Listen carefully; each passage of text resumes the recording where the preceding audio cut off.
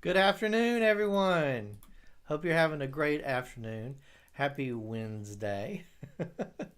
welcome to Email 101 Personal and Business. So, we're going to cover both of those topics. Let me introduce myself. My name is Alex Cooper. If you haven't been in one of my classes before, just know that I teach the computer classes at the Columbia County Library in Evans, Georgia, the Harlem Library, and also the Uchi Creek, now got a brand new building. Yay! Grovetown Library. That's absolutely right. So there's a new library for Grovetown. I'm very glad that you're here with me today. Of course, we're staying home, staying safe, doing all our classes virtually and everything. So let's go ahead and as folks come into the classroom and stuff, I'll tell you a little bit more about our classes, the other classes that we have coming up and that are going to be available, the previous classes as well. But they usually start off with saying, please post any questions you have in the chat. You do need to be logged into YouTube to be able to like and subscribe and to post anything into the chat. This is a big benefit of coming to one of our classes when I'm doing it live, is because you can ask questions. That's right. You can ask me questions at any time. Feel free. And just post it right there in the chat. Now, do you realize you do have 2 gadget helps coming up and need to call into the library and they'll give you more information about that because those are Zoom 101. We're doing it a little bit differently this month for the Harlem and for the Grovetown Library. But if you're at the Columbia County Library in Evans and want some help too, you can call into those libraries because we're all on the same library system, so we all work together. Okay. So the big question is, how can I help? Okay, so if you have any questions, let me know. I'm happy to help in any way that I can. And let's talk about some of the classes we have for this month. Now, all our previous classes, if the date has already passed, do you realize they're still up and available here on our YouTube channel? This morning, we actually did a Google Suite class at 101 Google Suite, and then tomorrow we're actually going to be doing 11 a Google School class. In the afternoon we're going to be doing Let's Build a Website Using WordPress. We won't have a class on Tuesday of next week, but we're going to have a class on the 14th. We're going to have some fun Halloween classes this month. Scratch Basics, let's make a fun Halloween card.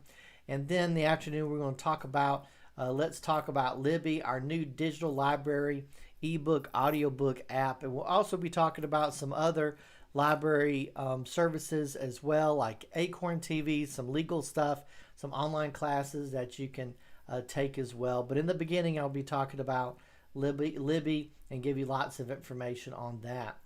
On the 15th, which will be Thursday, we'll be doing an app swap class at 11 o'clock. Come join me for that.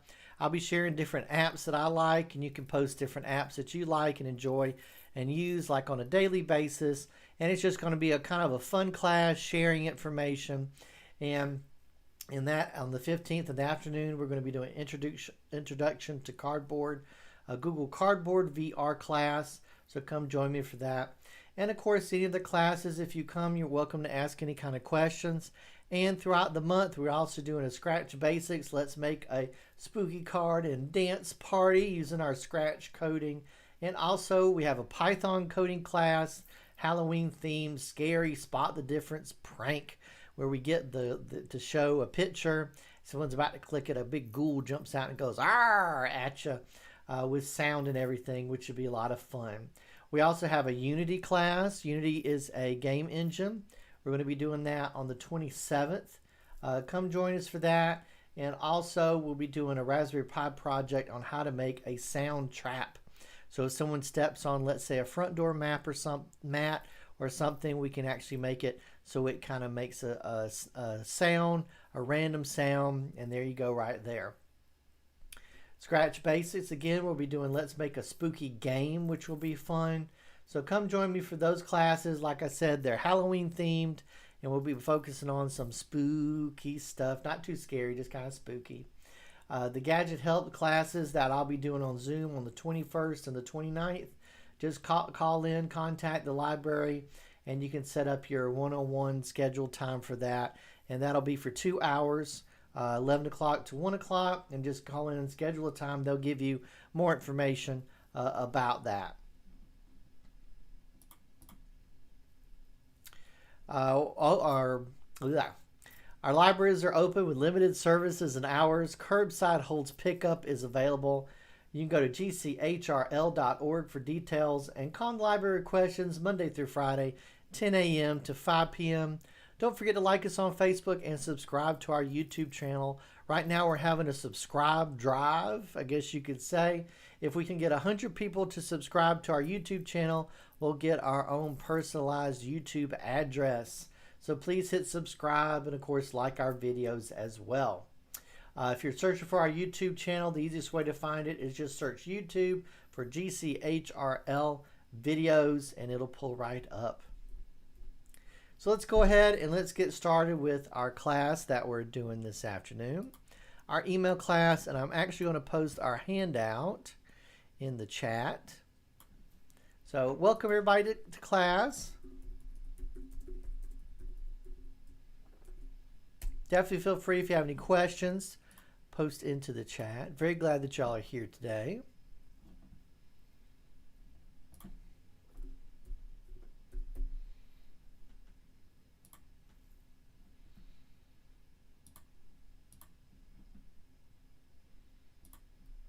Okay, so posting into the chat our handout.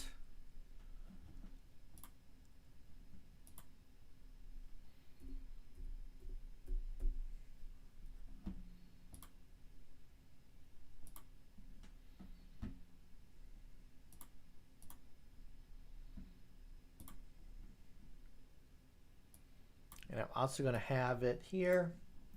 So the big deal with this is we basically have it set up. So usually in class, what I do is I basically have it so everybody has a computer, okay, on our on-ground classes. And then we have a handout. So, and then of course we have a big projector screen, which is kind of what you're going to see. Now I'm going to flip back and forth so you'll get to see the main section here. And then, of course, I'm going to flip back and actually do our hands-on part too. So it's actually posted into the chat if you want to open it or download it. And you can also follow along as well. I usually recommend folks use kind of a separate device, maybe to have me on talking. Have me on talking so you can actually follow along that way and then kind of flip back and forth as you do the hands-on part. Okay. Now, of course, if you come to one of our live classes, the benefits of this is, while I'm going through everything, you just kind of feel free to ask any questions. I'll mostly be answering questions that I have been asked in the past or I thought was important for students to know or to understand. So it sounds like I'm kind of talking to myself a little bit. I'm not really. I'm actually asking previous questions that in-house students have asked and just kind of filling in the blank there. And it's just like anything else. The more I've taught something, the more I know the knowledge of it, or the more I've added to the answers or questions to the I post. Excuse me.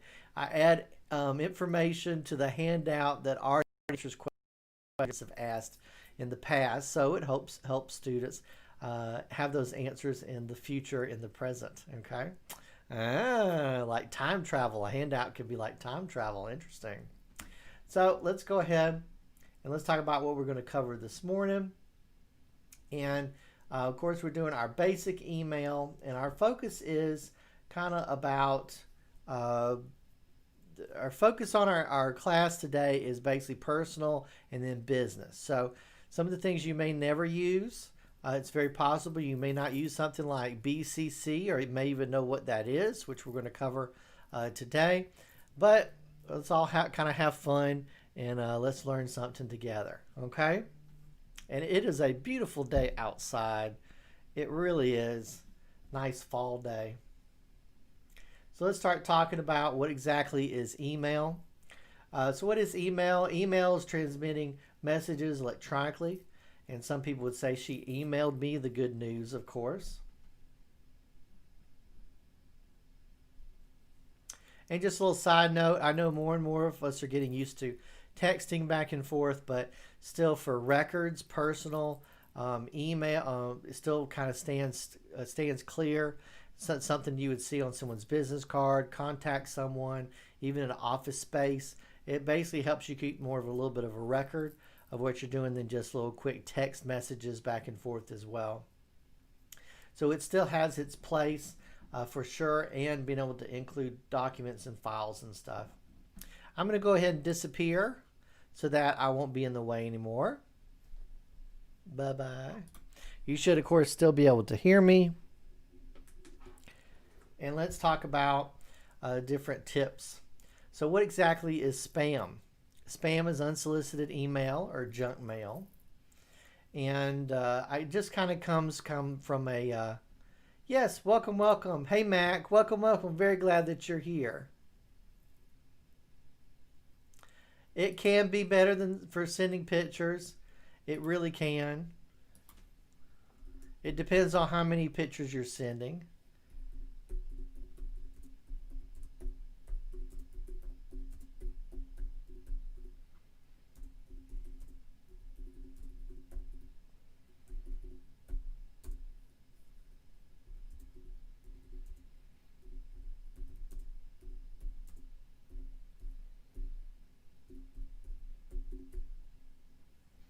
A few pictures will go, no problem, but do realize that if you use a service like Google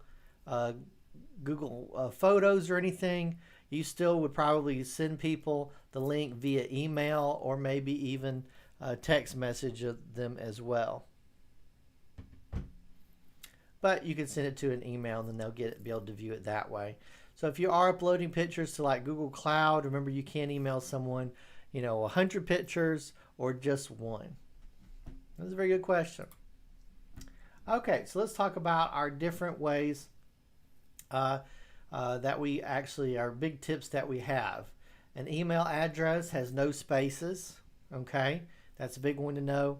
So let's say you were talking to someone on the phone and you said, okay, well, I need to send you this, and they were going to send you something, or you were going to send them something, excuse me, and they were giving you their email address. The big one is emails never have any spaces in them, okay? And you do always need the @ sign, okay? I was talking to someone the other day, and I actually had told them, I just said, yeah, send it at, here's my email, send it at gmail.com or whatever. And come to find out, they said they would try to send it to me. They re-looked over it again, and they had actually forgotten to add the @ sign. Okay, so always include the @ sign. The @ sign is above shift number 2 on our keyboard.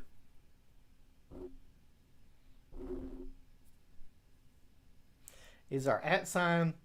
And a big one too is that the company, you do of course need to make sure that if it is a .com, .org, or even .gov or something.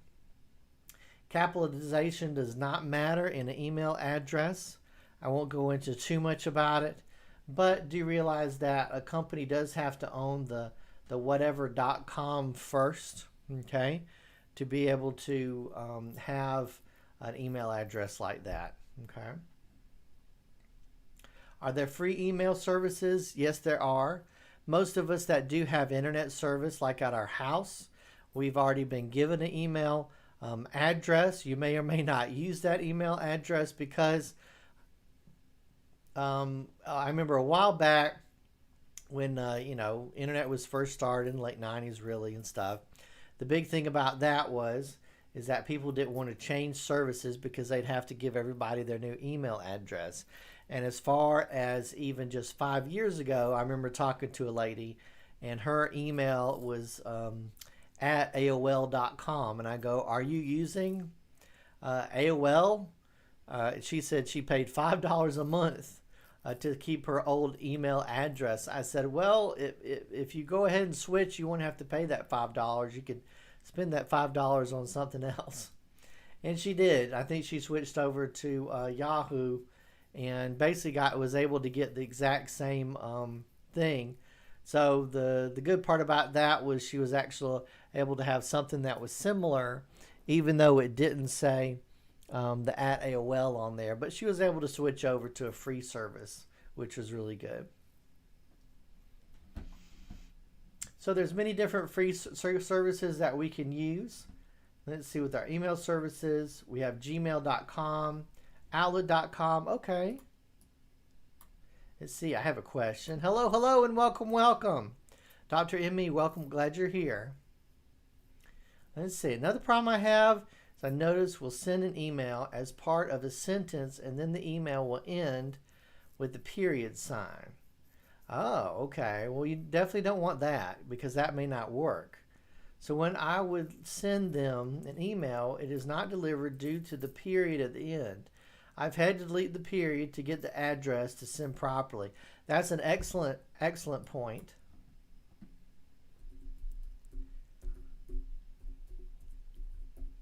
Excellent point.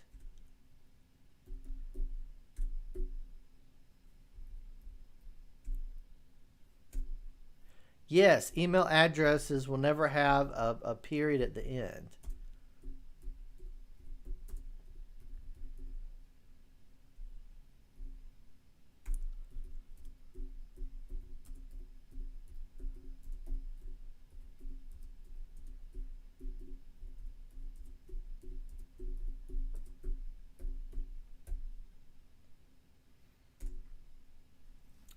Yeah, so make sure that you don't do that in any way. Now, a little bit later, we'll talk about emailing someone more than one email address at a time.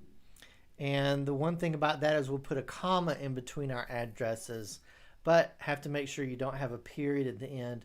And like I said, no spaces, capitalization doesn't matter, and make sure you put that @ sign on there, okay? All right, so what I'm going to do is I'm actually going to sign in.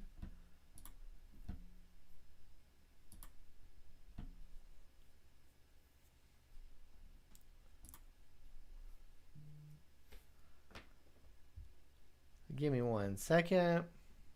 Let's see. I actually have two-step verification set up, so I also have to get a question that says, so even though I'm signing in on my computer, it actually will send me a little code to my phone as well.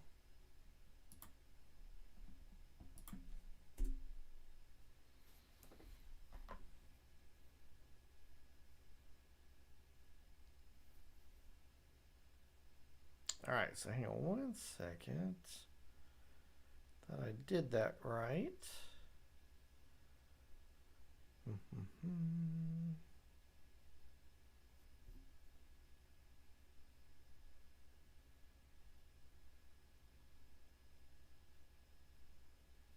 Okay.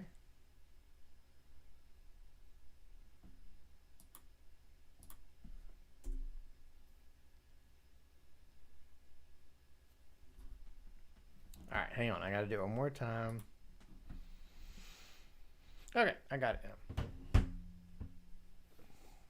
Okay, so I'm basically going to be opening up a spam account that I have.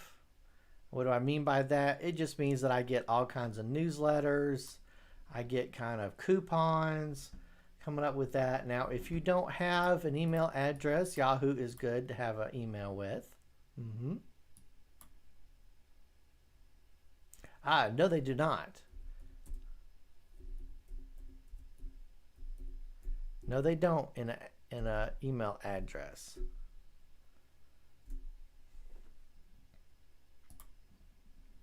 All right, so just have some information there about setting up, getting your own email address. We'll talk about this, and then I'll pull up our example.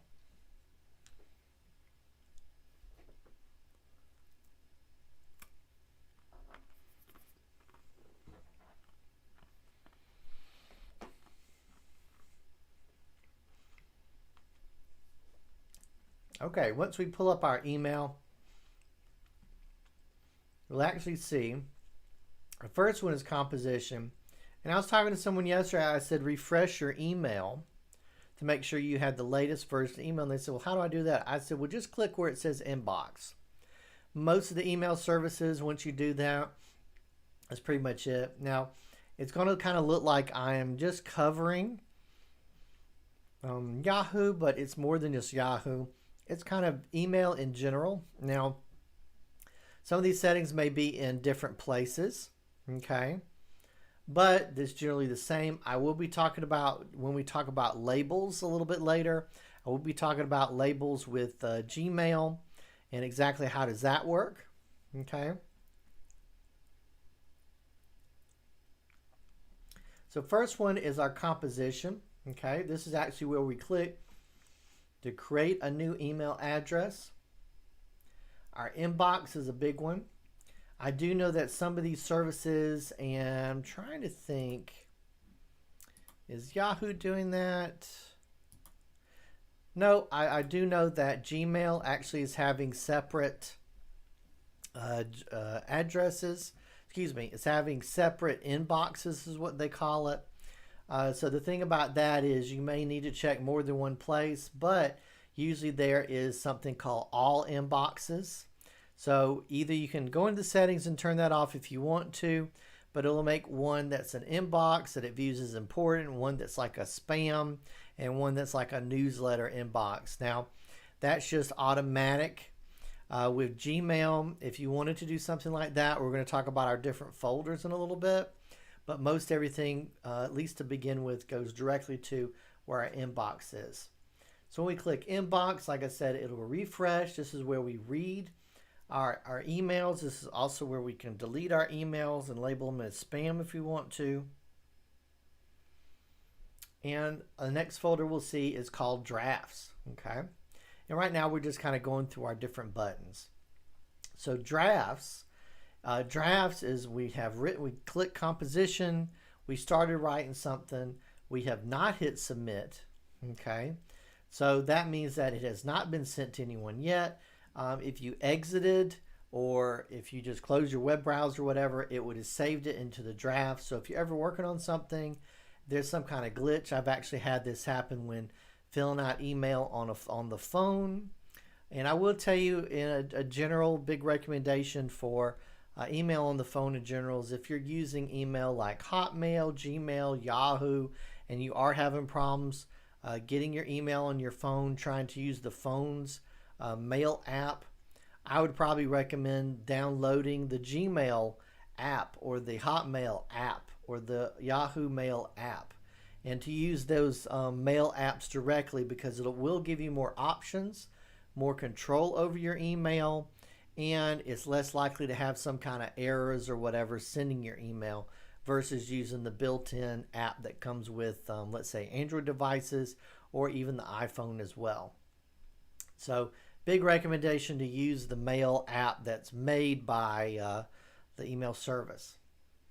So let's talk about our drafts. It'll go to sent, and this is even an easy way to let's say you're going to start writing something on your phone. Let it get, don't hit send, and then it'll go into draft, and you can actually open it up in your draft folder. The email, finished email, let's say on your computer. and then actually hit send there or vice versa. Okay. Just a little side note, some people will say, I'm not sure about using the cloud and different services like Google Drive and stuff. I go, well, your email already is in the cloud. And they go, what? I go, yep. When you're editing all this, you're editing your email. It's all in the cloud already.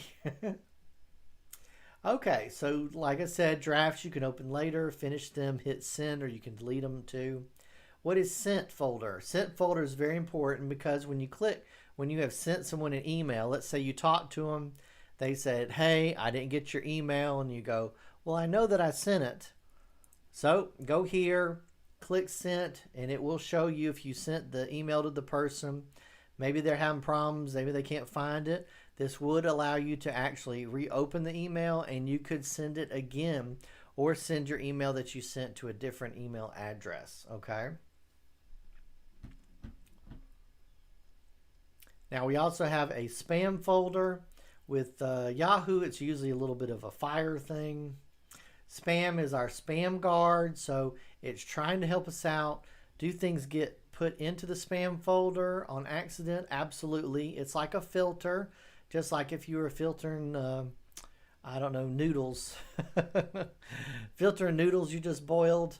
Well, do realize maybe a noodle too might get through that you don't want. Okay, so that can happen too, and that's even happens with our spam or advertisement emails that we get too.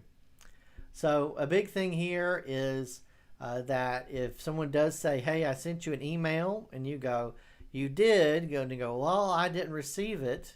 And maybe a big one is this the first time this person has emailed you? That might be a bigger reason that the spam went ahead and labeled the email that they sent to spam. But you can just click on the spam folder and see if it's in there or not. Now, I will get a big question. People say, hey, do I need to worry about cleaning out the spam folder, or do I need to worry about cleaning out the trash can? No, you don't. These will all automatically delete after a while. It'll empty itself. And I had one person to come to class a few years ago, and they go, well, every day I always remember to get up in the morning and go in and make sure that's spam, and I delete that. And if I put anything in the trash can, I make sure I empty it every day. I go, well, this doesn't need to be a job for you. It's going to automatically delete it itself after a while anyway. I said, don't worry about it. Okay? So don't worry about it. The only reason you really want to go into spam is just mostly just to make sure that if there isn't anything that went through, or maybe something had been mislabeled. Okay. What about trash? Trash is after you delete a message, which when we open a message, you'll see that we do have the option to click trash. Okay. So once we do that, it actually will go into the trash can. Again, you don't have to worry about deleting it if you don't want to, because it will empty itself after a while anyway. Now let's start talking about some of our other options on here. So our other options is organization. So we talked about our main ones: inbox, sent, create, spam, and then we talked about our delete folder. Okay. Now a big one is if an email is important enough, okay, we can actually go and click the star on it, and there's actually a folder named starred. Now, how is this important? Let's say that you have received 10 emails today, okay? Some people even receive 20, 30, maybe even 40 emails today. Depends on how busy they are. So when they first get the email and they're kind of scrolling through, if it's something that they need to do today, or if it's something labeled as important, they might star it. In the Gmail, I'll do that too. I don't really go to the starred folder too much, but mostly I just realize that I click the little star, and when I look in my inbox, it'll show emails that have been starred, and I'll know that those are ones that are important. And when I'm done with them, or I applied to them or whatever, I might unstar it. Okay, so I kind of use that as a, hey, this is important. Hey, remember to take care of this, kind of situation. And it's just kind of temporary. You click it. It doesn't move it in any way. It just kind of allows you to click where it says starred, and then you'll see the email there in the stars folder. Now, what is archived? Okay. Archive is just what it says. Marks email as archived. They will be moved from the inbox to the archive folder. Why is this important? Well, you might be getting, let's say, bank information. You may be getting credit card information. I'm thinking about, you ordered something on Amazon and it's just an email that says, hey, thank you for your order. And you go, okay, that's great, but I don't want that cluttering up my inbox. So I'll just click it and make it an archive. I don't want to delete it. I want to put it in an important place. I still want to keep it, and it'll put it in the archive folder. So if you really need to look at it later, okay? Think about taking it off. Think about getting mail in the actual physical mail, and then you basically have a file cabinet that you're filing stuff away. Kind of think about archive as that, and the other stuff you just set on the counter to kind of look at, but you want to put something, away from the counter and put it in the archive. Now we can also create our own folder, and we'll talk about that in a little bit, and also filter our own message with our rules. So let me go ahead and let's pull up our email here. Like I said, this is just kind of a general spam account I have. So if I have to sign up for something like if a newsletter or coupons or whatever, I'll just give them this address. So I just receive a lot of, a lot of newsletters and coupons and stuff like that. Okay. But it's good to kind of show for our class. Usually in class, we actually use a class email. And the problem with the class Yahoo email is there's not a lot going on in it. It's just something we use for class. So this is a good example. So you'll get to see that I get lots of junk emails and stuff, and and stuff like that. Oh, do I know the question? Okay. All right. So Max says, I have mail from VIP contacts that are always in the junk mail folder, no matter how I set it up. I have to constantly search for them in junk and move them to the inbox. Help. Okay. So one of the big things with that is we definitely want to label that, and it depends on which service you have, but there should be a filter, and maybe the filter has been set up that, there's two things that I've heard that you can do. One of the things is you can add that email address to your address book. Okay. Your address book, and we'll talk about that it's our contacts here. We'll talk about that in just a little bit because we're going to talk about sending out group emails. But if you add someone to your contacts list, it's far less likely that it will be put in spam in any way. And you can also set it up so anytime you receive an email from that person, just set up a filter, 100% make sure it just gets put in your inbox. And you could even set it up to automatically star that person. I'll show you one of the filters that we'll do in just a minute. Okay, so adding the person to your contacts, setting up a filter, maybe even let them star the person. If you do have separate folder, you want to set up separate folders, we'll talk about that too, and that person's email will always go into that separate folder. Okay, all right, so for a lot of folks, this may be a lot of this isn't really spam to me. Mostly it's just stuff like, oh, you ordered this, or here's a coupon, or something like that. Or if you're part of some kind of club or whatever, they'll send you something. But a lot of folks, but like I said, I have a main email address, and this is kind of my spam newsletter email address. I don't really look at it too much unless I really want to. Okay. So as I go in here, let's talk about our inbox. I want to make sure I have the newest version of our email. If it's an email that we hasn't been opened yet, I can actually see that it's in bold like this, and we'll open our email in just a second. We also have Yahoo has something unique called unread. Okay, I personally wouldn't really use it that much. I'm actually one of those where you'll actually see in my normal email that I have a lot that I haven't actually been opened. I may open something, and if I think it's important enough, I may tell it to label it as new, so it looks like I haven't opened it. Here's our starred folder. Okay, so let's see our little star section here. So here's from the local bowling alley. Okay, well, I guess I signed up for their bowling alley newsletter. Okay, so if I go and I star, it actually will pop. Oh, it says starred right there. For myself, I told you what I usually do is I won't really go to the star folder much, but just knowing that that starred there kind of makes it more important than a lot of the other stuff you see on here. Okay, so if I go to starred, you should see that here at the top here. See? And if I unstar it, it'll be moved out of that folder. And it's just a real easy way to label something as important. Okay? And then we also have our draft section. We'll talk about composition in just a minute. Okay? Here's my sent folder. If I sent someone an email, I'll click there and it'll list all the sent places. There's the archive folder. Okay? When we actually open an email, we'll actually be able to click these. We'll probably do our bowling email. Or click all the things up here to work with it. So there's our archive.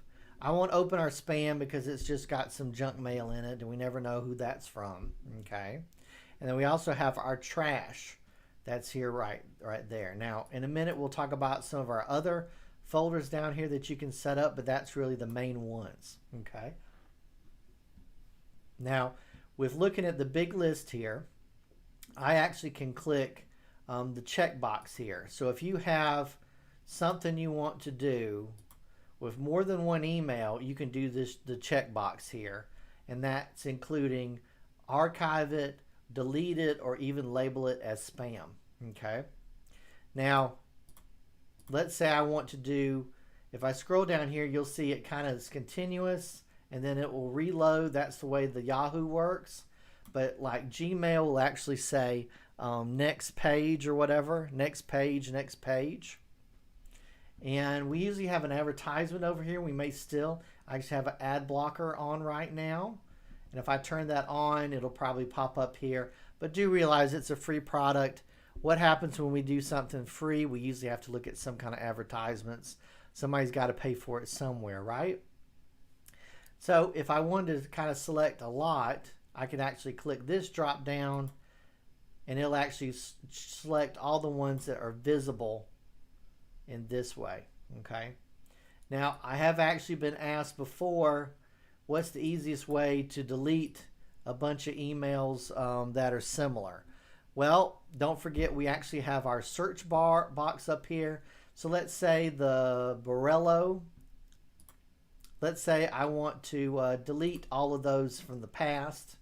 What's the easiest way to do it? Well, this is the easiest way to do it because I've had some folks come into class and go, okay, well, I have to look through these emails and there's all these. Well, I say, well, just why don't you search for them? And then with this box, you can click and it'll select all of them. And then you can move them to spam or delete them if you wanted to. So if I type in the Borello thing, I don't think I'm saying that's right. There we are. So it pulls them up. So you can see I've gotten a lot of from that. A lot of spam from them. So if I go up here, instead of having to do it individually like I was before, if I click there, boom, I've selected all of them. And then I can select it as spam, or I can delete them if I wanted to, or move them to a different folder. Okay, so using the search and then up here to choose the ones, or of course you can do the checkbox choosing which one you want, makes it really easy to control the emails, and you can delete what you want. Okay, so let's go ahead and let's open an email. So let's look at our subscription I've subscribed to. Now, Yahoo a while back had really tried to push being able to unsubscribe to newsletters very easily.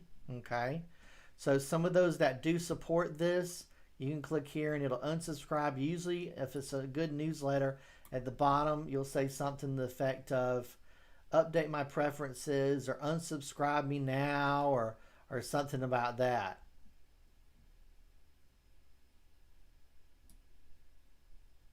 Okay, so one of the really neat things is if you have gotten a If you've gotten an email and it does seem like it's spam, then you should label it as spam.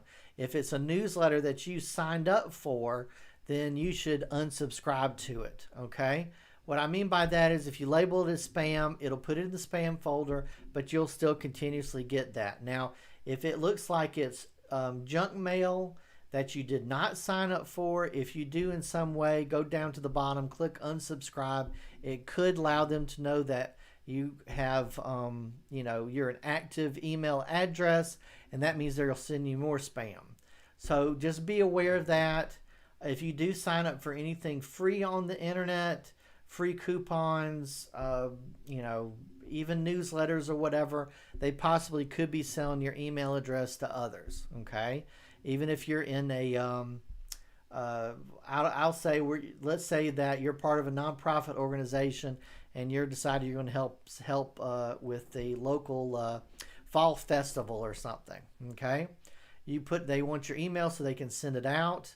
And later on, we'll talk about ways that you can send out mass emails and not share the other emails with other people. Some folks will not do that properly, and then your email address will be broadcast to other people. So just be aware that that's another way that you can get spam as well. Okay. But if it's a newsletter, if it's coupons, I still want to receive this. I could still want this, email. So what are my choices here? Well, if it's really important, I could make it archive, okay? I could move it to a folder. This one email will be moved to a different folder. Of course, I could delete it. If it really is spam, not just a newsletter, if it's a newsletter, I should really unsubscribe to it or just delete it. And my other options are I can actually mark it as unread. So if it's something really important, you can mark it as unread. Can I do a star? Yeah, here's my star. So there's my little star thing. And it also has a button here for star. There's also an important one here called block sender. So if you're receiving a lot of emails from the same email address, if you've tried the spam, or maybe this is something, some type of bullying situation, or some kind of you just don't want the person to contact you anymore, you can actually choose block sender and they won't be able to send you email from that email address. Okay.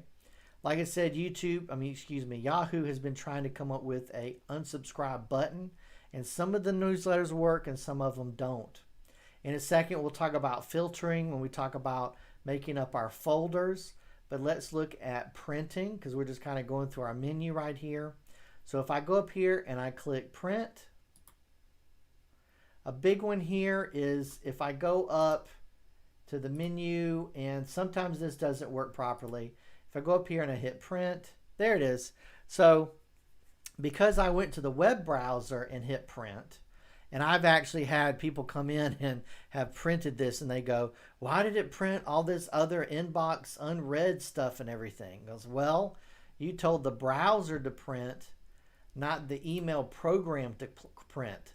So don't do it that way. Don't click the browser and then hit print. Sometimes it works properly, sometimes it doesn't. Usually when you're looking at an email and you have it open, you'll see like a little print icon like this, or it's these three dots here, and then there's print, and then the actual website has created the print. I can't scroll down. Okay.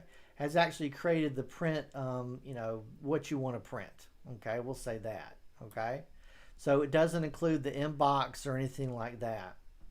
This is one of those things where sometimes you'll talk to people and you go, I have an email class, and then they go, well, I know everything about email. And then you talk to them and they'll say, well, I've had a few problems with email printing, inbox and all that. And I go, okay, well, that is one of the things we cover in our class. And there you go right there. So realize, don't do it that way. Do it this way, and then it'll pop up. You choose your printer, choose how many pages, and hit print, and you're good to go. Okay? So that answers the question about printing. Let's talk about getting our emails to go into our separate folders. Now, if you do ever actually have anything that accidentally goes into the spam, go to spam, open the email, and at the top it'll say this is not spam, and label it as not spam. Now, Now we're covering all this because we're organizing now. Some folks will get into, and I've even heard some folks say, oh, my main email is getting so much spam and junk mail, I'm just going to get another email address. And then you talk to them a little while, oh, my second one got, and I go, okay, well, hopefully that was helpful. So if you signed up for anything, give them the second email address, to get kind of junk mail and stuff that you want. And then you talk to them a little bit and they go, oh no, that one's so full too, I'm going to get a third free email. And I go, okay, that's too much. You're making yourself a job to have to check more than just 2 email addresses. Okay. So don't want to do that. That's when you really want to spend some time cracking down, learning how to filter stuff out, and also creating the folders. Now, I'll tell you this. If you're using Gmail doesn't use folders, it uses labels. But basically, the terminology is very similar. It'll actually label it here, and you'll see the folder over here, but it calls it folders. It calls it labels instead. And when we actually create a spam filter to go into a certain folder automatically, it'll help a lot. So right now I only have one folder over here. If I click newsletter, it's called newsletter. So it looks like I receive Circle K newsletters. Sometimes it has free cups of coffee in it and stuff like that. So I definitely want to be able to receive that, and even a birthday coupon. How about that? So all kinds of good stuff. Don't want to stop it. Still want to receive it, but I don't want it to go into the inbox at all. So I created a new folder. All we do is we click here, say new folder. An easy thing to do is to basically make a folder just called newsletter. Okay. And then you have everything go from that folder to the newsletter folder that we're about to filter, and I'll show you how to do that. You could make individual newsletters. I will tell you this, I wouldn't recommend anything that's really important to set up this way, because let's say if you missed if you made a separate folder, it bypassed the inbox and it went into the separate folder, and you were just checking your inbox every day. Someone sent you something, you may not realize it was in the separate folder. So I only set up folders for things that are vitally important, or I make sure that it's in the inbox and also in the separate folder as well. Your biggest saving grace is this search bar up here. I would recommend not typing in the person's name, but actually type in the actual email address that someone is emailing you from. Okay, that's the guaranteed to show you only the emails from that person. Just in case you type in their name and then you get all this other stuff and you're still overlooking it, type in their real email address and they're more likely to find it. Okay, so here's our newsletter. We have set it up, and I should be able to go to, where is that? Give me a second. No. Is it under set? Okay, hang on. There's a place I can go. Where can I look at all my... Okay. So if I click my inbox, and I go up here, and I click here, and let's see. Okay, so we'll do it with our Borello. I'll say it right one time. You can either do it here by, checkboxing it or whatever, or you can do the 3 dots. So let's say filter this message. So let's say I'm getting a lot of this, and I actually want it to go to the newsletter folder. Okay. Now, this is a 2-step process. You have to make the folder, you have to make the label, and then you filter it. Okay. But just because you made a newsletter, the point of this is I could do it by hand, checking it, say move to the newsletter folder that I have set up, or by hand, or I'm going to do this filter. So let's do filter this message. I always move messages from Borello at bold.borello.com to this folder, and I select the folder. Let's say newsletter. And let me see the more options. So our options are, and I will tell you this, the one that's on Gmail can get a little confusing, so do realize that. But the best thing to do is it'll actually have it so it filters just the name. You can actually make it filter the subject if you want to set up all these rules. Here's a list of all my filters. So I have some old filters here as well. And I can do rules from who it's coming to. I can even make it search the subject or even the body of the text, okay? So it can get very specific if you want it to, but most of us, what we're really interested in is we want it to be from a certain from.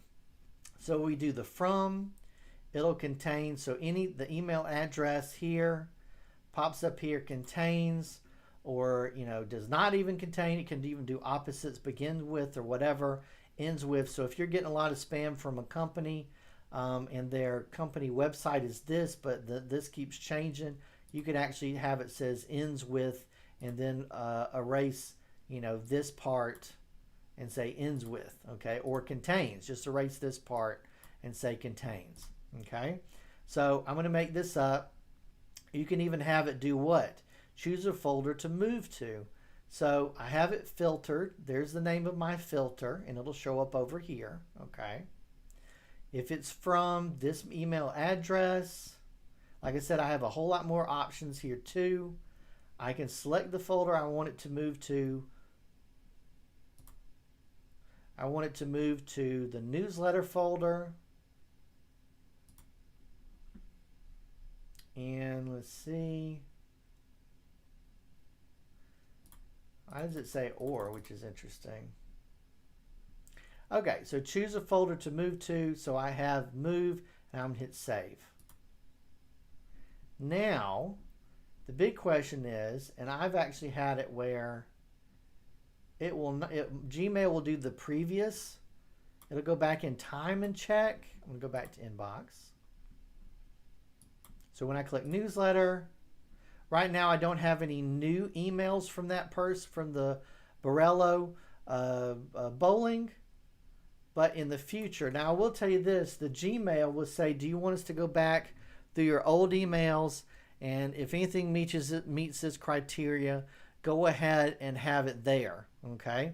Now, let's say you're having so in the future, when I receive one, but the Yahoo doesn't do that, and I've had this question with them for years because the other ones do it, but they don't. So again, what I could do is do the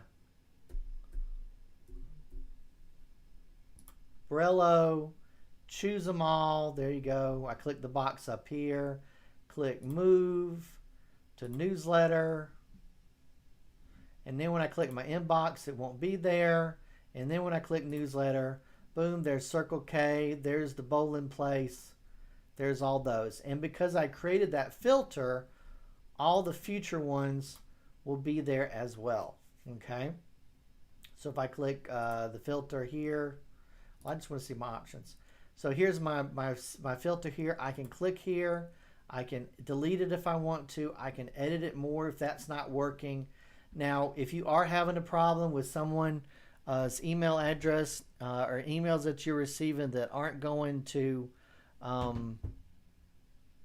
let's say the inbox, I would actually make a filter, okay? So I would go to filters, say add new filter. I would type in, your friend's name or whatever here, and I would say from, and I would type directly in their email address, okay?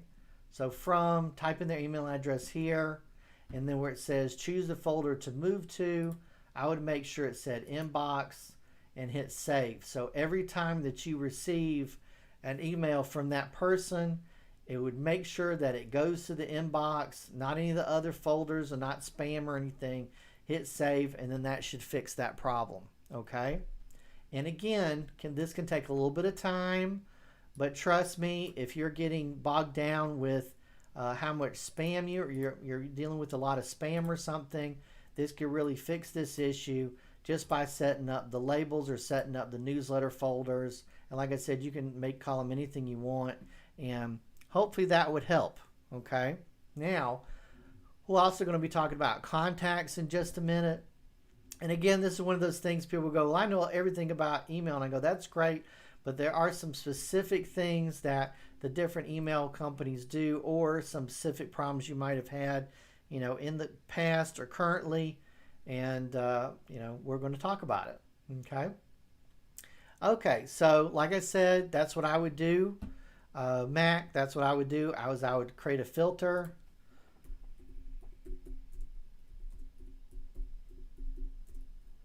To make sure that email was going to the inbox.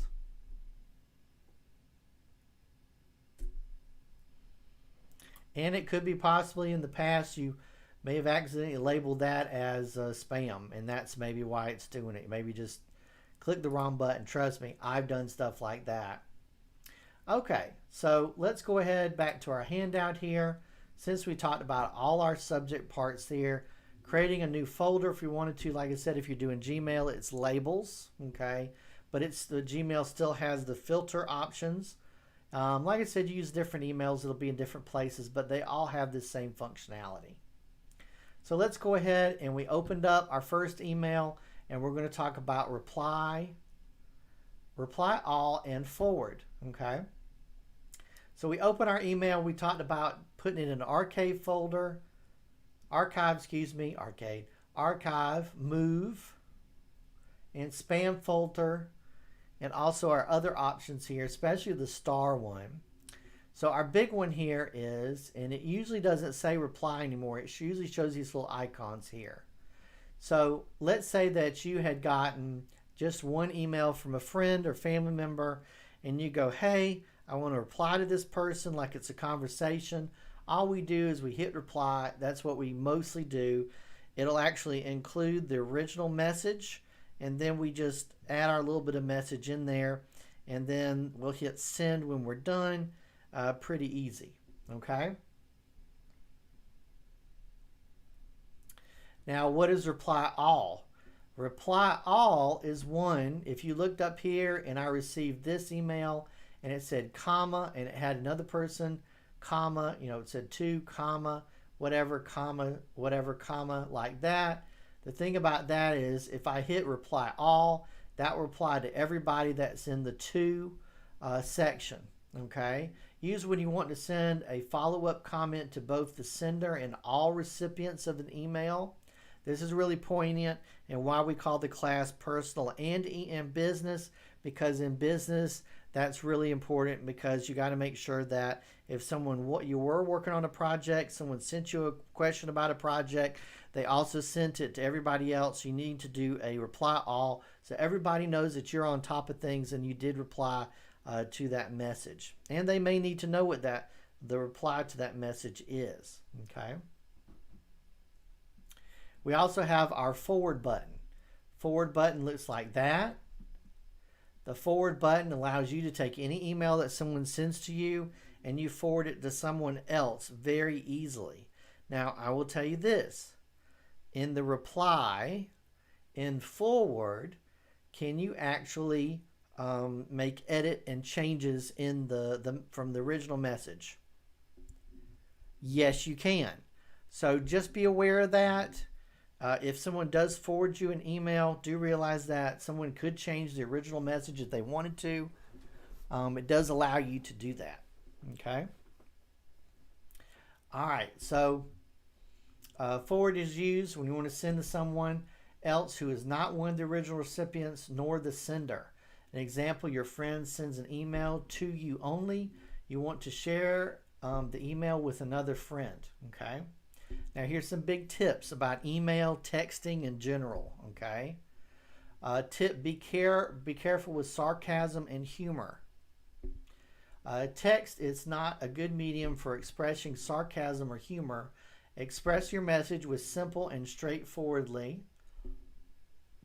at least until you get to know a recipient better, especially in a work or office environment. You may send someone something that you thought was funny, if they did not react with it and saying, you know, ha ha, or laugh out loud or something like that, they may have taken it very seriously. If you really can't help yourself, include a smiling or laughing emoji. That's why texting emojis are so big, because they're supposed to be expressing emotion. Do be aware of some of those, the emojis, the other people may not really know what that emoji means, okay? Other than smiley face or sad face or angry face or something like that, they may go, well, I don't really know what half smirk, eyebrow up means. So that can actually be a hindrance too. Try to stay a little bit more general with some of those emojis, okay? Something like on an iPhone, you can't just tap and it'll tell you what that emoji means, okay? Hit and reply. A good tip is, and even in your messages, say, hey, hit reply so I know you got this message, okay? To let another person that you did receive the email, or even you hitting reply and saying, hey, thanks, got it. And it allows them to know that you're on top of things and can really help, especially in a business setting, to let them know that you're thinking about what they said. You said you were okay with it, and everybody's kind of moving down the road. So let's go ahead and let's compose our first email, and we'll start talking about emailing somebody something, and also carbon copy and blind carbon copy, okay? So I'm going to go up here and I'm hit compose. Now this is generally what it kind of looks like now. They're kind of going to more of a minimalistic look with our email. So usually you only get a 2. There's certain things that are hidden here that it almost expects you to already know what to do. But let's start talking about writing just kind of our first email.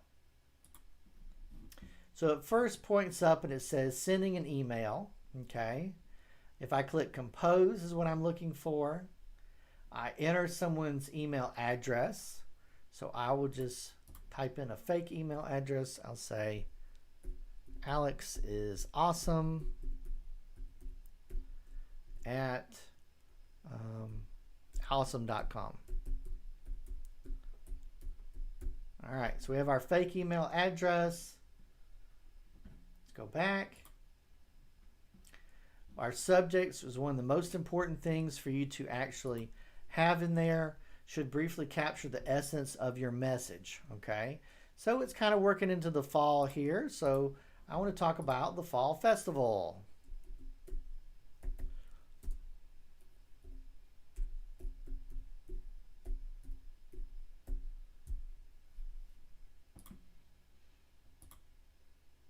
Let's spell that right. It has built-in spell check, but sometimes you never know. Okay, so let's start talking about the basics of our section, and then we'll start talking about our carbon copy and everything.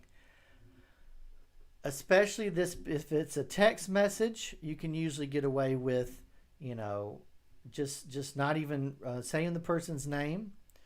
Remember, how to win friends and influence people. Generally, people's name is the most important thing to them. So when calling their name, announcing their name, or even saying their name back to them is really important to them, shows that you care, okay? Saying a nice greeting, hello, hey, hi, with their name on it does look professional, okay? If it's super professional, I would definitely do a hello, Mr., Mrs., okay? If it's still, if you know the person, first name basis, but I still would include their name. I even included a few in text messages if it was someone that I was going to do business with, okay? So here we are right here. The best thing to do is to always have a message that you want to set the tone of what you're going to say. If you don't include this, someone could take what you're saying in a negative light. If you're trying to be more stern at the bottom, or if you're just trying to give a quick message, maybe you're just walking around trying to send someone a quick email or a text message or something, they could take it the wrong way. We don't want that, especially if you haven't talked to them in a while or you're doing business with someone that you don't know. Set the tone. Hope you're having a great day. Hope you're having a great week. How's the weather where you are? How are you? Question mark. That even shows that you care. It even shows about getting involved with trying to see how they are, and even does a testimony of that you know them. Let's say they live in another state than you do. A classic thing is, how's the weather how's the weather in Michigan? How's the weather in Texas? How's the weather in California? Wherever they are, that's a good way to start out. How's the weather? Because if you live in a different state, then they know that you live in a different state. Then that can actually start a conversation of, oh, it's starting to get cool here, and oh, well, that's great. The heat is just starting to break down here, so it's starting to get a little bit better. So setting the tone, saying hello to something, not anything too detailed unless your message really is going into your message. Okay. Here we are. We have our classic, including the body of our text, the main point. One thing to remember is I would not recommend asking too many questions in one email. If you do have many questions in one email, it might even be a good idea to number the questions.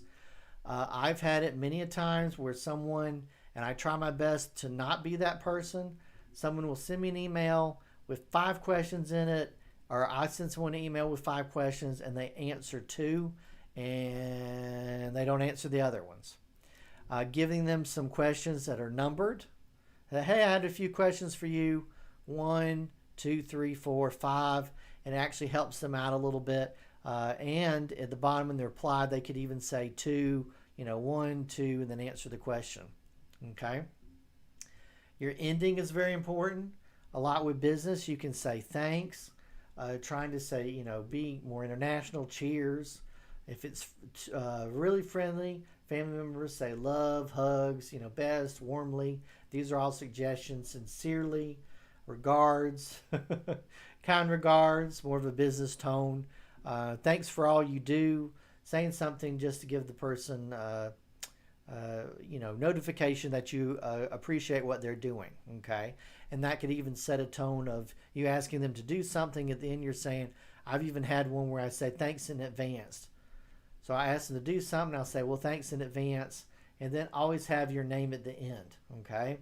Believe it or not, I've even had it where I've had online students and they email me and their email name doesn't really pop up. And it's like their personal email address. And I go, now, who is this?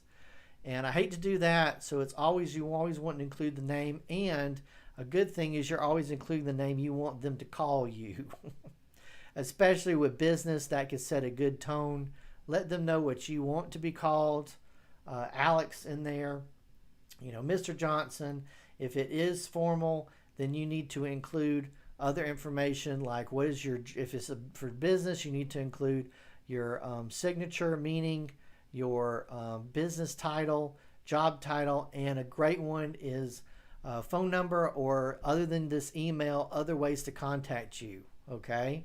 If you have a cell phone, office number, have that on there. Make them not, oh man, I want to contact them, but I'm away. I can't email them right now. I got to have this answered quickly, and I got to find their business card. No, just include it with your email, okay? And it will make you look very professional by including that basically every time you email someone, okay? Now at the bottom, we're going to talk about this as we type in our section here. We'll talk about our other part, and then we'll talk about our carbon copies and everything.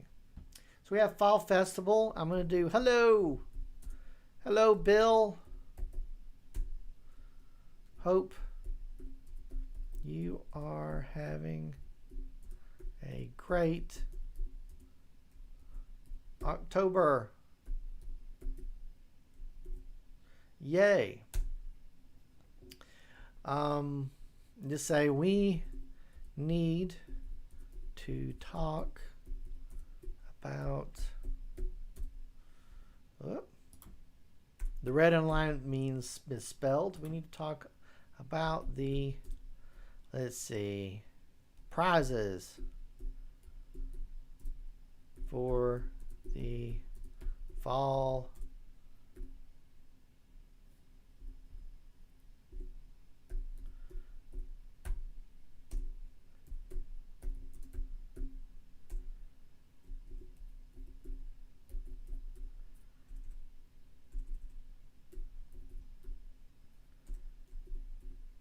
we go. Of course, I include the number. Call me 706 555 5555. All right, so we got our email going. What are our other choices? I will tell you this, most email people don't really worry about font and all that, so our email really doesn't really have all those options. Okay, now do want to, okay, we do, okay, doing this in order because I'm following our handout here. So basically we have some extra stuff. We'll talk about our links and stuff in just a minute. I will tell you that I have had an issue before if I used little cute things like Yahoo has these little emojis on here. I've had it where I emailed somebody that was Gmail and not Yahoo, and I sent these little emoji things on there, and it just looked like a black square because Gmail didn't support them. So I would only really use something like this if I was emailing someone that was also with the Yahoo email. I probably would do just a classic, smiley face, because I know that will be 100% goes through. So we pop in here. How do we make things bold if we want to?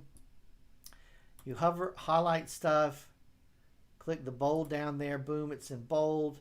Or if you want to be italics, also this is how you chose your text color or the highlight color in the background.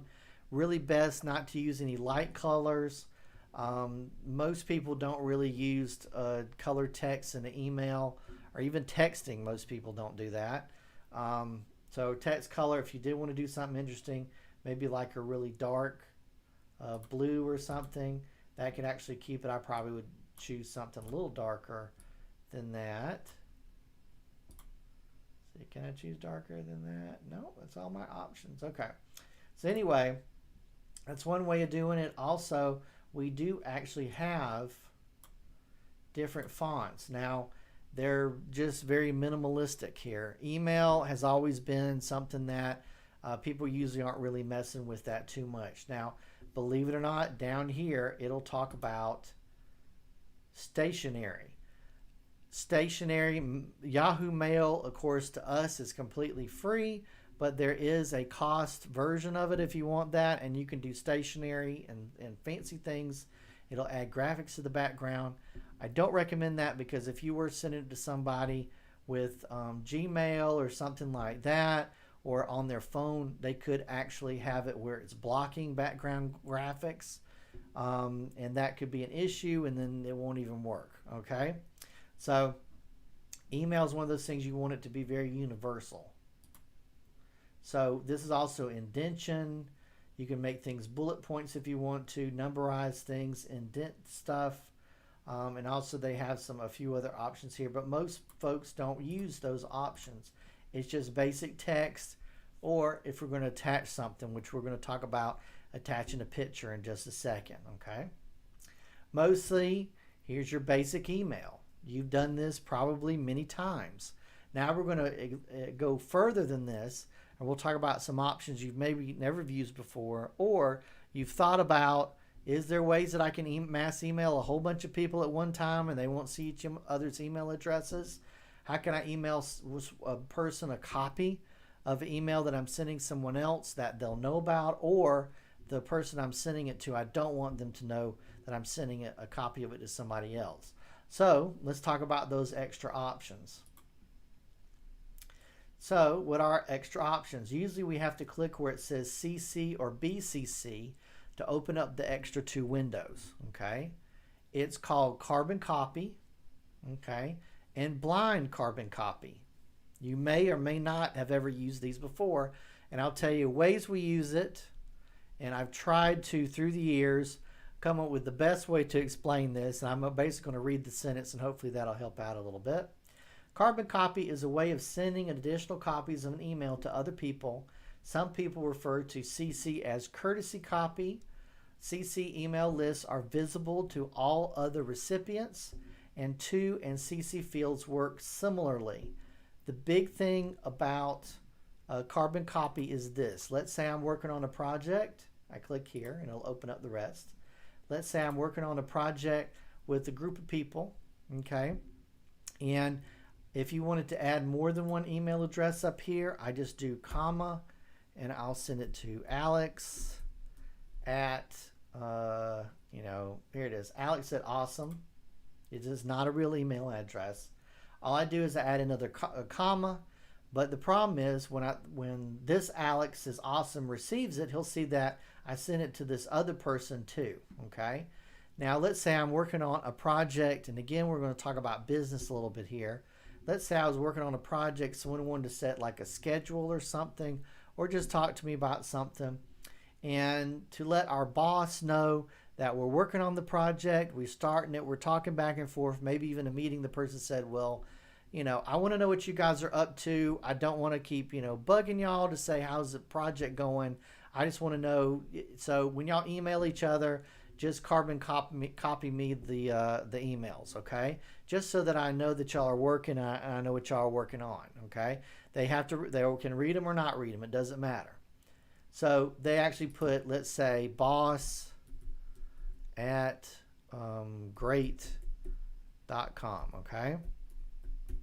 So we put carbon copy in here. Both the recipients, the other people on my team, will receive the email. They'll know that the other person sent it to all these people, and they'll also see that I sent one to the boss. The big thing about the carbon copy is if you receive an email and it says carbon copy on it, or you've been CC'd, that doesn't mean that the person has to reply to it. It's just kind of, hey, letting you know, that I'm doing stuff. Hey, you don't have to reply to this. I'm not asking you any questions. So usually it doesn't bother them at all. If they want to look in there, they can. If they don't want to look in there, they should realize that it's, they receive something that says CC next to it, but they'll see everything, okay? Now, if I add more in here, the comma, everybody will still see who received it, okay? The courtesy copy. Now, let's talk about our next part. Blind carbon copy, okay? The BCC. Use BCC when you want person 2 to receive a copy. So I'm emailing somebody something. They receive a copy, but you don't want person 1, the primary recipient, to see you have sent person 2 a copy, okay? Let's say, for example, if you are having a problem with a fellow employee and send them an email, also BCC the Human Resources Department or your boss, okay? BCC email lists are not visible to all other recipients, okay? So, let's say we're working on this project. I don't know what it is. One of the other Alexes is not pulling their weight. They're not doing what they're supposed to. And I'm sending them a message saying, hey, I need you to finish that paperwork by today so I can turn this project in on Monday. Okay, I'm coming down to the deadline here, and I'm not getting a response, and I'm worried and the person hasn't been working properly, and I want the boss to know that what I'm telling them kind of as a witness about this, but I want the boss to know that I did send the email when I sent them the email, okay? So I'll add the boss to blind carbon copy. They'll receive it. It will tell them blind carbon copy. They will see the other things, but these other 2 Alexes will not see that I sent the blind carbon copy to the boss, okay? So this allows you to send copies of stuff, and the people that are in the 2 and the CC will not see whoever you put in the blind carbon copy, okay? They will not see it at all. Okay, now, the other way to use blind carbon copy is, again, you put a comma and then type in someone else's email address. So let's say I want to send out a newsletter and I want a bunch of people to get it. I don't want them to see each other's email addresses.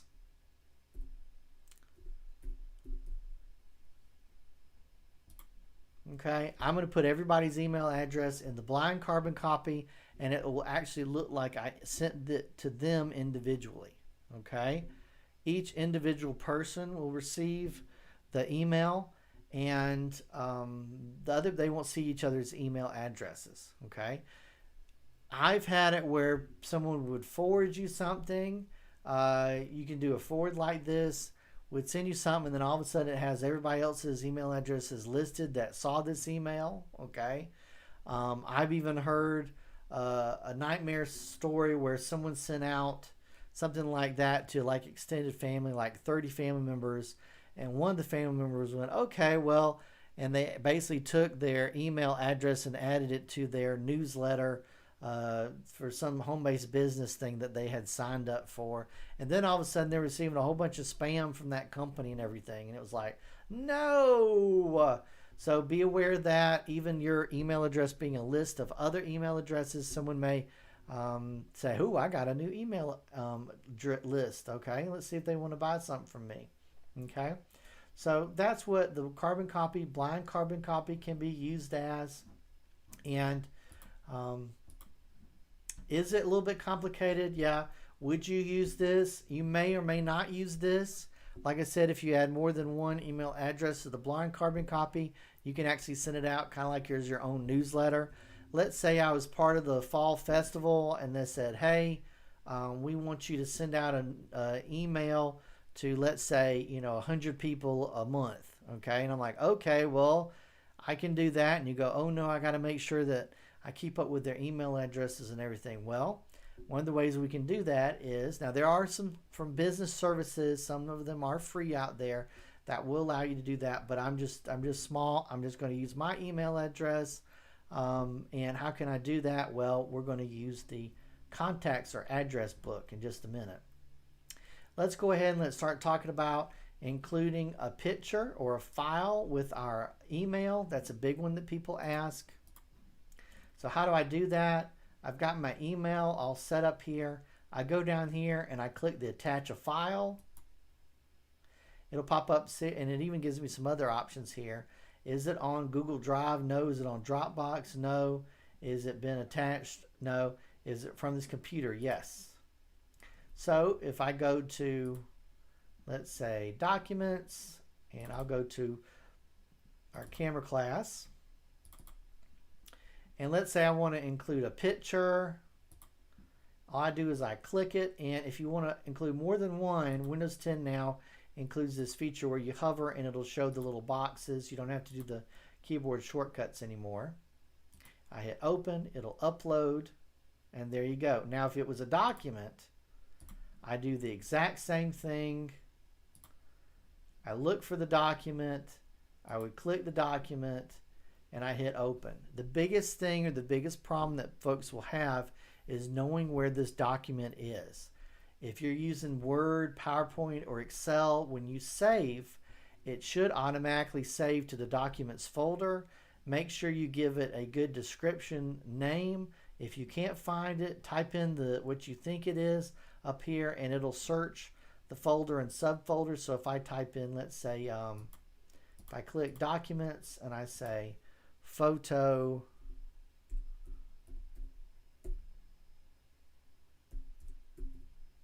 editing, if I spell it right, it'll search that folder. Oh, it's going to search for a while now. Oh, I do have to spell it right.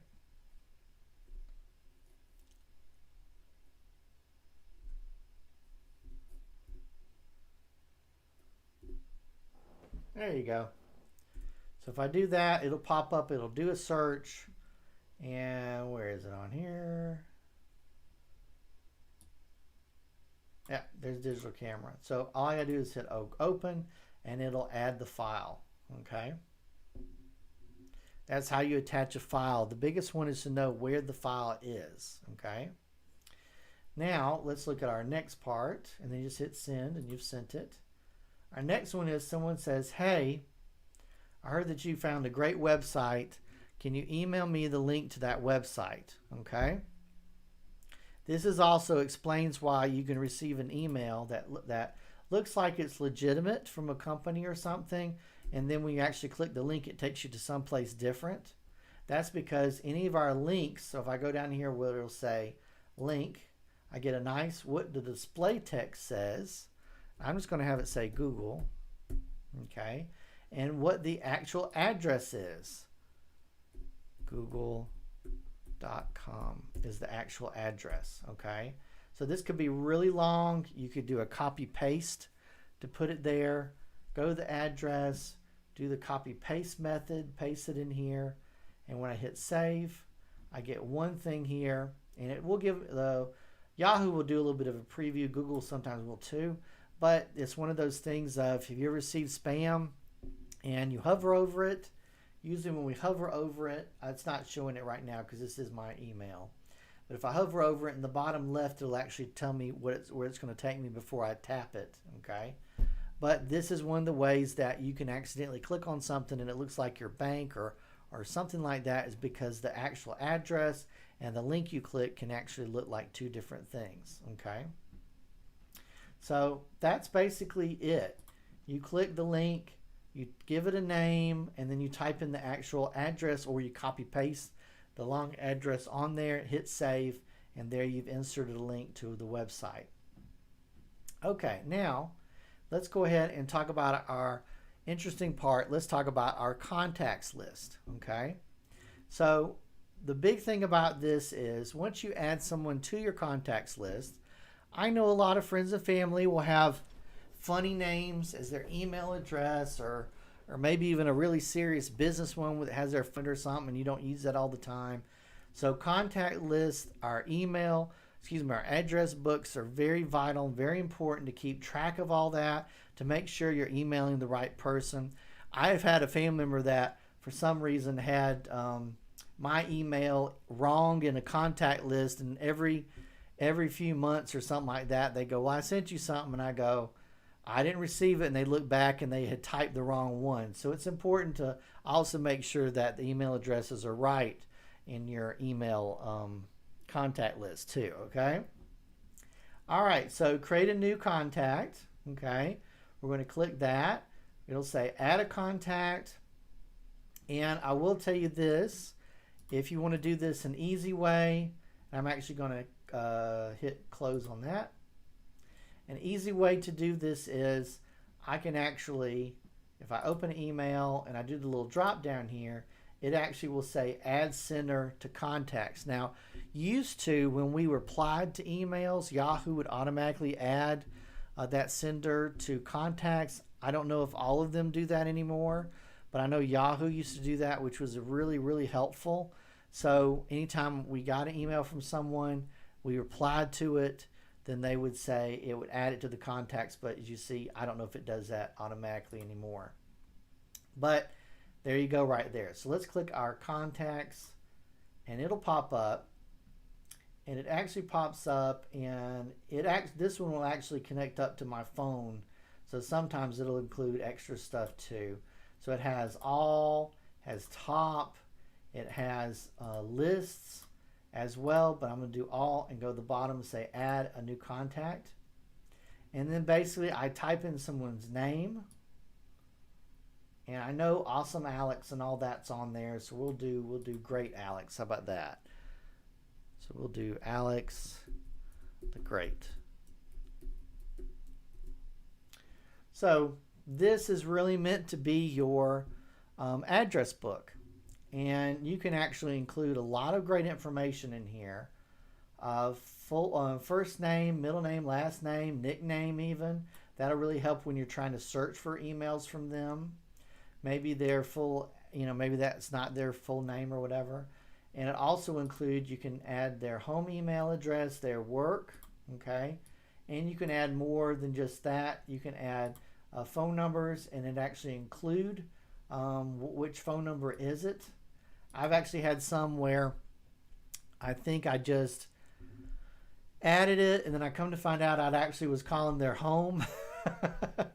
And I thought I was calling their cell phone, and then I wrote it down, and I was like, okay, well, I got to go back to my contacts and make sure in my phone when I do this, it's absolutely accurate. So that's still very important to have this absolutely accurate on here, just so when you call someone, because the person, their home phone number and their cell phone number are like the same first three digits, and I'm still trying to figure out how that works.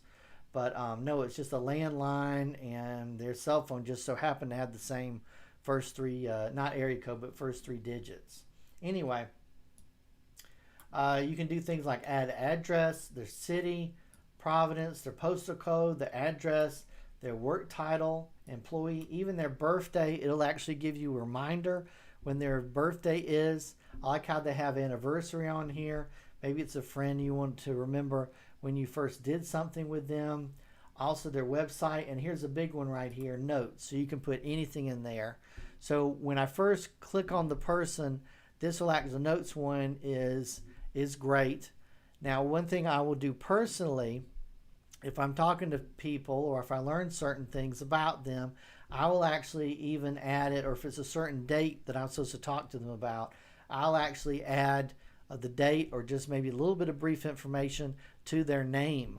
And if I get a phone call from them, it'll actually will pop up and give me that information very quickly. Let's say they have, the important date of that meeting. I might do that, and then I'll open the phone. Hey, how are you doing, Bob? Doing great. Okay, well, we're going to talk about the meeting on October 20th. Oh yeah, and the wife's name. Throw that on there, and it's actually on the phone when the person calls me, and it just means that I care. And I do want to call the person and talk about their family and stuff like that, or any other kind of extra information. You can add that down here into the notes, okay, to help kind of remind yourself. And people like that too. So let's look at our email here. I'm going to say call it alex@great.com, and I'm going to hit save. So when we go back to the all and we scroll down, we're going to have a bunch here that say Alex on there. Let's see. I've had it where for some reason it won't pop up properly. Let's see. Oh, let's go 57 more. So if I scroll down here, okay, I won't go through all that. So if I do Alex and search, yeah, I've had this happen before, and I'm trying to remember why it was. It was that I had just added it or whatever, so it won't show it to me because I haven't used it yet or something like that. Really, really strange. Let's see, let me make sure. Okay, anyway, I'm going to keep going because I actually have had that issue, and then it won't pull it up, and it's like when I came back later. Yeah, I've had that issue with them. Okay, so you've done the yes, it does work. I've had that issue for a few times in class where we add something new and it won't show up. But then when we refresh or come back later, it will add it. Strange. Add email addresses from the contacts. One easy way of doing that is, so let's say I'm writing an email composition, and if I actually start typing in the person's name, there it is. See, why wasn't that listed on the other? I don't know. Or you can click to, and this box will pop up. You can search all contacts and just start typing in something. There it is. Here, we'll send something to the other people on here. The Alex is awesome. It done, and it puts it right in there. So there's many different ways to do it, but usually for me, start typing the person's name and the contact starts to try to fill it in for me, okay? Now, the mailing lists are interesting. So if I go here and I go to lists and I want to add contact to lists. So right now this list is called, I click here and I say create list, and we just made a new Alex email. These are all fake. And if I do Alex's, I'll go down here and I'll click add a contact. It'll say which contact, and I'll say Alex. And that's what we want, the great. So now it's been added, and I hit save. So now all I have to actually do is type in Alex's. So if I say, hey, I want to email all these Alexes. Now, if I want them to know that I'm emailing them, of course, I would just go here. So as I'm typing in Alex with S, this will pop up, and then boom, it'll automatically fill it in. This will allow you to basically email, 5, 10 15, 100 people if you wanted to. This allows you to basically create your own newsletter for different reasons. Let's say you did have a small based business or something. You can do this. Small home based business. Let's say you made soap or something. You can actually start your own newsletter, get people to sign up, give them your email, and when you have some kind of special or something, you could email it out saying, hey, I want everybody to know this month I have a discount on certain kind of soaps or whatever that it is that you make or whatever you want to do. Okay, so the lists are important. If you don't want them to see each other, then when you do the send out your newsletter, all you do is you type it into the blind carbon copy, and that's a full-on newsletter. It looks like you've sent it to one person, just them, and when they receive it, that's the way it'll look. Okay, so this allows you to, the list allows you to not only keep the contacts, allows you to not only keep track of all that, the list actually allows you to create your own list of people, a group of friends or whatever. Email, work car league, you want to make sure that you email everybody. Maybe there's something important that you send out once a month and you want to make sure that everybody gets to see it. Don't want to leave anybody out. Then make you a list, and then when you add it there, it'll work out fine. They'll receive it. Everybody will receive it, and you'll also know that everybody's email addresses is spelled right and everything like that. Okay. I know that's covering a lot, but that really is talking about the personal and, of course, covering the business as well. So as we start wrapping up class here, let's talk about some email safety, how to keep your information safe and reduce the amount of spam. Okay. We talked about labeling things as spam. We also talked about, no, you don't have to rush out and get a new email address. Spend a little bit of time. Label things as spam, unsubscribe to stuff, maybe newsletters you're not getting coupons from. Maybe they're bogging your email down. I've actually had an issue where I went to a different grocery store and they said, you want to sign up for our card? I said, sure. It was free. I said, sure. And they said, we'll send you discounts. And I said, okay, great. And then after a month or two, it was like, I feel like I'm getting an email from them like every day, and it's just constant from them, and I've used it a few times, but it just seems like just too much. So I went and I actually looked at the email and it said change your, and I said I want to receive some of it because I have used some of it. So I looked into the unsubscribe. It said change your subscribe preferences. I clicked it, and apparently I had signed up for the weekly email coupons, the monthly email coupons and newsletter, and also the daily. So yes, I was receiving daily stuff. So I basically turned it back and made it to weekly. I said, no daily, just send me the weekly thing, and it felt a lot better. And I also set up a label where it was underneath another section, so it wasn't going to my inbox anymore. It was only going to the separate label that I made in Gmail, or make a separate folder. A big thing to know about safety is your bank will not email you and ask for your information. Okay. If you do have questions about banking, email, call the number on the back of your credit card, debit card. They're happy to help in any way they can. If you want to go into your bank, just ask one of the people a question. They're happy to help you in any way.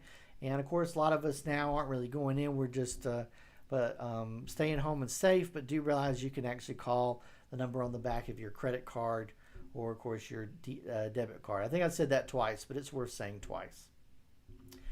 You will not win anything by sending emails to 20 of your closest friends. Beware of the check scam. Someone contacts you, and in some way or another they want to send you money, more money, and you cash a check and you give them the money. Do not pay anybody in gift cards. If someone says, hey, you can pay me in gift cards, no, that's a scam. Get 4 separate $10 Apple gift cards and then scratch off the number and send it to me. No, that's a scam. Nobody gets paid that way. Okay.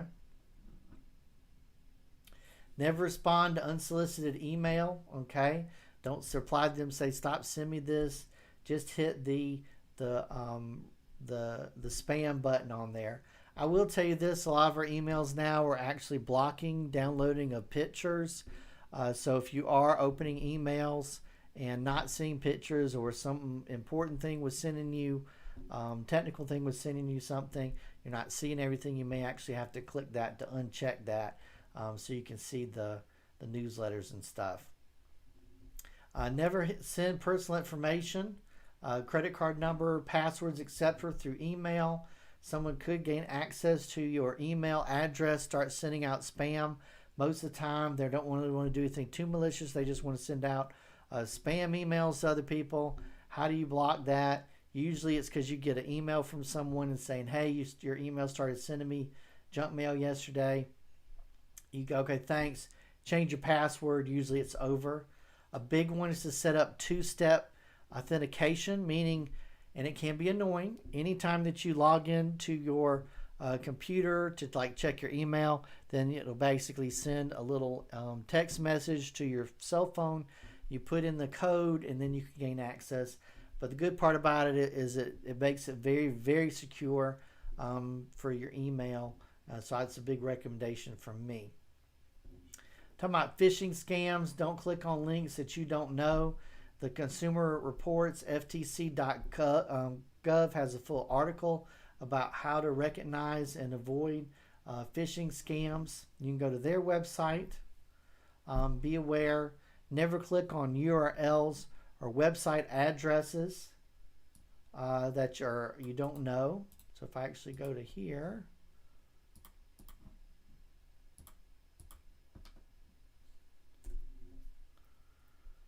how to recognize and avoid phishing scams. This is from a .gov site, from the ftc.gov.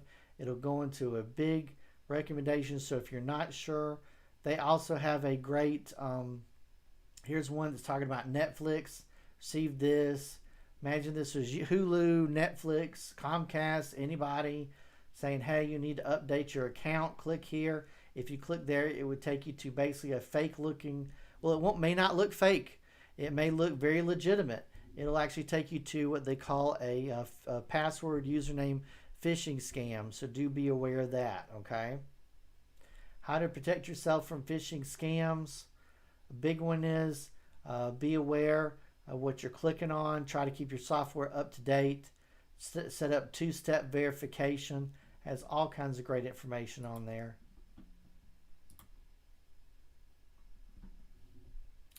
Never sign up with sites that promise to remove your name from a spam list. Those don't exist. Although some of these sites may be legitimate, most are actually address collectors. If collectors record your address, they will value it more highly because it is active. Only communicate with people you know.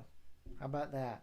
There's our classic phishing right there in front of our computer with our trying to find out what our username and password is.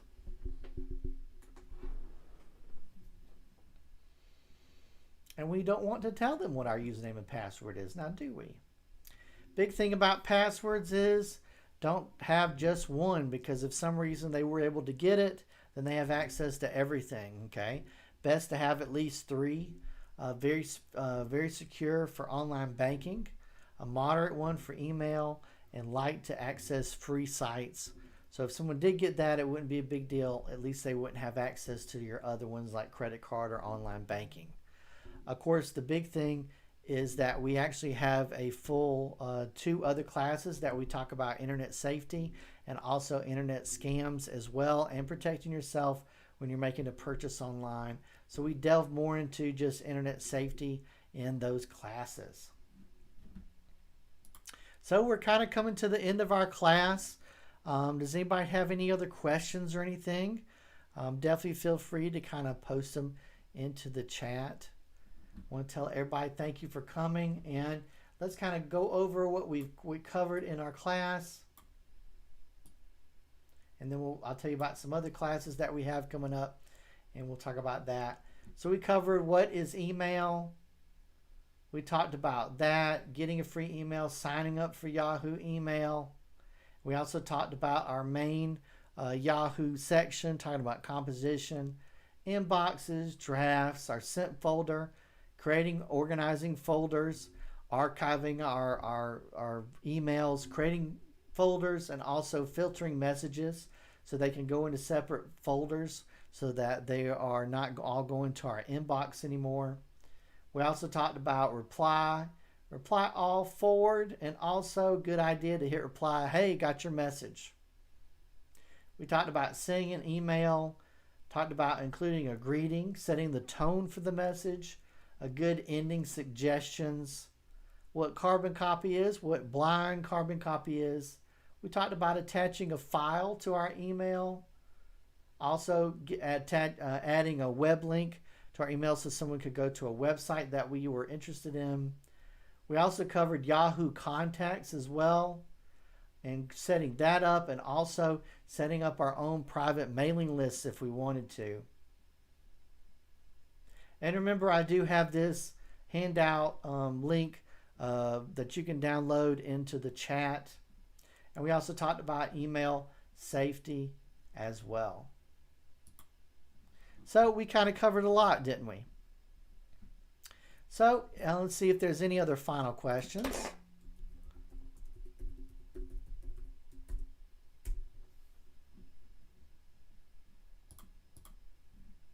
I'll go ahead and talk about some of our upcoming classes that we have coming. We've got some fun classes coming up. Tomorrow we're actually going to be doing Google School at 11 o'clock. And then at 2:30 tomorrow we're going to do Let's Build a Website with WordPress. It used to be kind of our blogging class, but people wanted to do blogs but also wanted to do build their own websites too. WordPress is a free website that we can build that on. We won't have a class on Tuesday, but next Wednesday we're actually going to be having a really fun one at 11 o'clock. Halloween classes are going to start. Halloween Scratch Basics. Let's make a fun Halloween card and dance party. So come join me with that, okay? In the afternoon, we're going to do Let's Talk About Libby, our new digital library. So we're going to talk about free ebooks, free audiobooks, and we'll also talk about the new Libby service that we're switching over to, how to sign up for Libby, how to use Libby, and we'll also talk about some of our other resources as well. We'll talk about Libby in the beginning, and then we'll talk about some of our other resources that we have we can use free from the library as well. And then on the 15th at 11 a.m., we're going to have App Swap. So come join me for that. We're going to have a list of all kinds of really great apps that I use daily, even the apps that we use with the library and that are recommended, and all kinds of fun stuff. And you can come and recommend app that you like too. So if there's an app on your phone that, or a device or tablet or whatever that you just can't live without, thinking, hey, I think the world needs to know about this, we're going to include that and talk about that on the 15th. And that's a new class, okay? I need to label these as new classes so everybody knows that there's new classes. New class again, Introduction to Google Cardboard, VR on the 15th. This kind of goes a little bit into our Google School class that we're going to be doing in the morning, but it kind of delves a little bit more into what all fun things you can do with the Google Cardboard, including putting your cell phone in there and using it as a full-on VR experience, okay? Coming up with the holidays, they actually sell really cheap VR for your cell phone headsets, you know, less than $20, usually at Walmart and different places like that. On the 20th, we're going to be doing internet shopping and digital couponing. And then on the 21st, we're going to be doing Gadget Help on Zoom with Alex on the 21st. And on the 29th, we're doing Gadget Help Zoom with me as well. All you need to do to sign up for that, we're going to be doing one-on-one. So call into the library to sign up, and they'll give you the schedule, and then they'll give you more information on how to do that over Zoom, okay? And that'll be from and they'll schedule you a time, and the time will be from 11 o'clock to 1 o'clock. 11 o'clock, 11:30, 12 o'clock, 12:30. Kind of in 30-minute segments and stuff. And then on the same week, we're going to be doing Spooky Card Dance Party. We're going to be coding with Python, Halloween, Scary Spot the Difference prank, and we'll get to code that. It'll be like you get a friend to try to click on something, and then a ghoul jumps out and goes, ah! And we'll get to code that. Also, we're going to be doing coding with Unity. We're going to make a amazing robot game, which is a new class as well. And on the 28th, we're going to be doing our Halloween Raspberry Pi projects, how to make a sound trap. And then on the 29th, we're going to be doing Halloween Scratch Basics. Let's make a spooky game. So lots of really kind of fun stuff mixed in here this month. A lot of new classes. Halloween spookiness is happening too.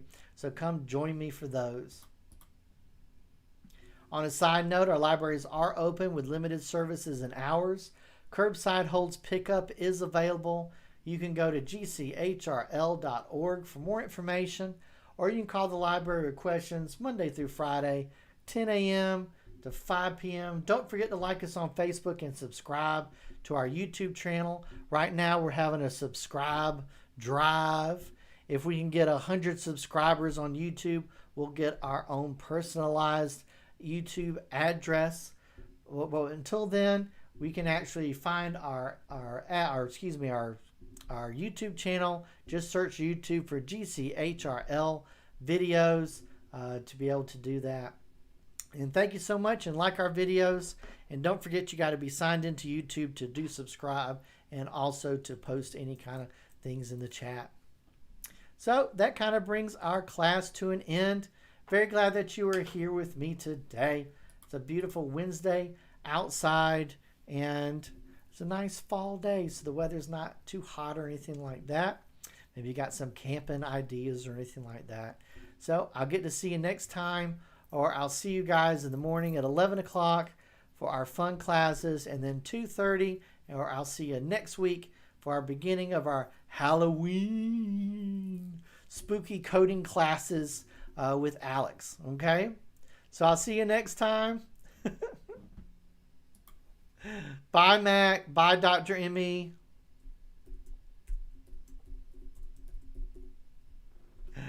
Have a great day.